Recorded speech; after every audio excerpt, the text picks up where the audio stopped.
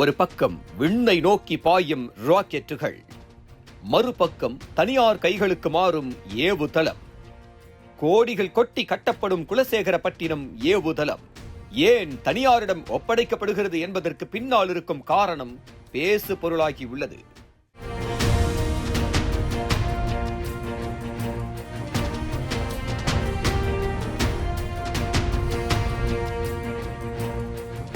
இந்தியாவின் இரண்டாவது முக்கிய ராக்கெட் ஏவுதளமாக உருவாக்கப்பட்டு வரும் தூத்துக்குடி குலசேகரப்பட்டினம் விண்வெளி ஏவுதளத்தின் நிர்வாகம் மற்றும் செயல்பாடுகளை தனியார் நிறுவனங்களிடம் ஒப்படைப்பது தொடர்பாக மத்திய அரசு நடவடிக்கை மேற்கொண்டு வருவதாக தகவல் வெளியாகியுள்ளது. இந்தியாவின் முதன்மையான ராக்கெட் ஏவுதளமாக ஆந்திர பிரதேசத்தில் உள்ள ஸ்ரீஹரிகோட்டா செயல்பட்டு வருகிறது.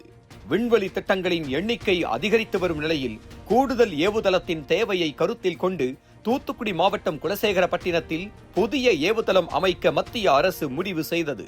சிறிய ராக்கெட்டுகள், தனியார் விண்வெளி நிறுவனங்களின் ஏவுதல்கள் உள்ளிட்டவற்றுக்கு முக்கியத்துவம் அளிக்கும் வகையில் இந்த ஏவுதளம் வடிவமைக்கப்பட்டு வருகிறது. குலசேகரப்பட்டினம் ஏவுதள திட்டம் சுமார் 986 கோடி ரூபாய் மதிப்பீட்டில் உருவாக்கப்பட்டு வருகிறது. இதற்காக சுமார் 2233 ஏக்கர் நிலம் கையகப்படுத்தப்பட்டுள்ளது. கடந்த 2024ஆம் ஆண்டு பிப்ரவரி மாதம் பிரதமர் நரேந்திர மோடி திட்டத்திற்கு அடிக்கல் நாட்டினார். 2027ஆம் ஆண்டில் ஏவுதளத்தை பயன்பாட்டுக்கு கொண்டுவர இலக்கு நிர்ணயிக்கப்பட்டிருப்பதாக கூறப்படுகிறது. தற்போது இஸ்ரோ அலுவலகம், ராக்கெட் ஏவுதளத்துக்கான செயல்பாட்டு கட்டமைப்புகள், ராக்கெட் பராமரிப்பு வசதிகள் உள்ளிட்ட பல்வேறு கட்டுமான பணிகள் நடைபெற்று வருகின்றன. இந்த நிலையில் குலசேகரப்பட்டினம் ஏவுதளத்தின் உரிமை மத்திய அரசிடமே தொடர்ந்து இருக்கும் என்றும், ஆனால் அதன் நிர்வாகம் மற்றும் செயல்பாடுகளை தனியார் நிறுவனங்களிடம் ஒப்படைப்பது தொடர்பாக மத்திய அரசு பரிசீலித்து வருவதாகவும் தகவல்கள் வெளியாகியுள்ளன. இதன் மூலம் விண்வெளித்துறையில் தனியார் நிறுவனங்களின் பங்களிப்பை மேலும் அதிகரிப்பதுடன் ஏவுதளத்தின் செயல்பாடுகளை விரைவுபடுத்தவும் நடவடிக்கை எடுக்கப்படலாம் என கூறப்படுகிறது. தனியார் நிர்வாகத்திற்கு ஏவுதளத்தை வழங்குவதற்கான முக்கிய காரணங்களில் ஒன்றாக விண்வெளித்துறையில் நிலவும் மனிதவள பற்றாக்குறையும் பார்க்கப்படுகிறது.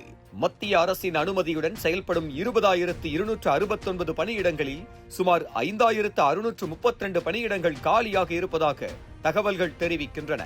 கடந்த 25 ஆண்டுகளில் இல்லாத அளவுக்கு பணியாளர் பற்றாக்குறை ஏற்பட்டிருப்பதாகவும் கூறப்படுகிறது.